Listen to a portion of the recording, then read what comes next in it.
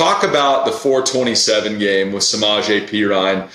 We were obviously playing Kansas. I was hurt that game. Cody Thomas, who's now playing in Japan, playing baseball, was the starting quarterback that week. We knew it was going to be tough weather, so we wanted to pound the rock, but we never really expected, or at least I didn't, nobody really could, that your running back's going to run for 427 yards in one game. So just give your thoughts and kind of the memory of that day and what it means to you as an offensive lineman.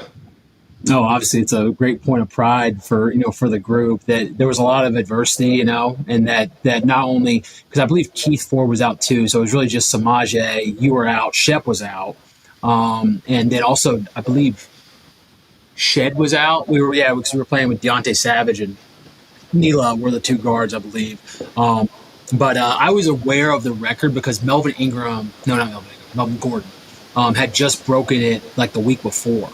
And he had rushed for 408 against Nebraska. And my brother played in Nebraska. So I had a conversation with my brother. And so it was in my mind that like that 408 was the number. And then like we were coming out at halftime, he was already 200-ish. And like I just became aware of it, and we were talking about it on the bench in between drives. And then like the game was like getting to the point where it was out of reach, and Samaje like wanted to come out and let other guys play, and like we made it really clear on the sideline, like this is not for you, this is for us, and you're gonna stay in the game. And like me and Daryl and Nila were just like, you should basically bully him, saying you're a freshman. He was a freshman.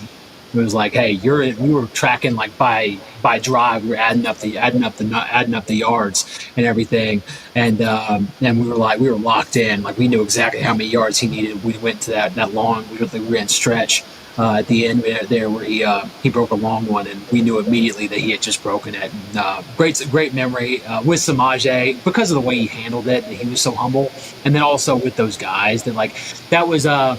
One of the more frustrating, that year was really frustrating, but one of the most frustrating things was that offensive line was really, really good. Gave up 9 sacks that year, and Coach Biedenbow was upset at the end of the year in the locker room after the game because he said like he's had some good ones since, but he told us we were the best group he'd ever coached. Now that's since been disproven. Sure. 17, 18. O-lines are probably better, but that group didn't get the accolades and didn't get to go out the way that they deserve to, especially those older guys.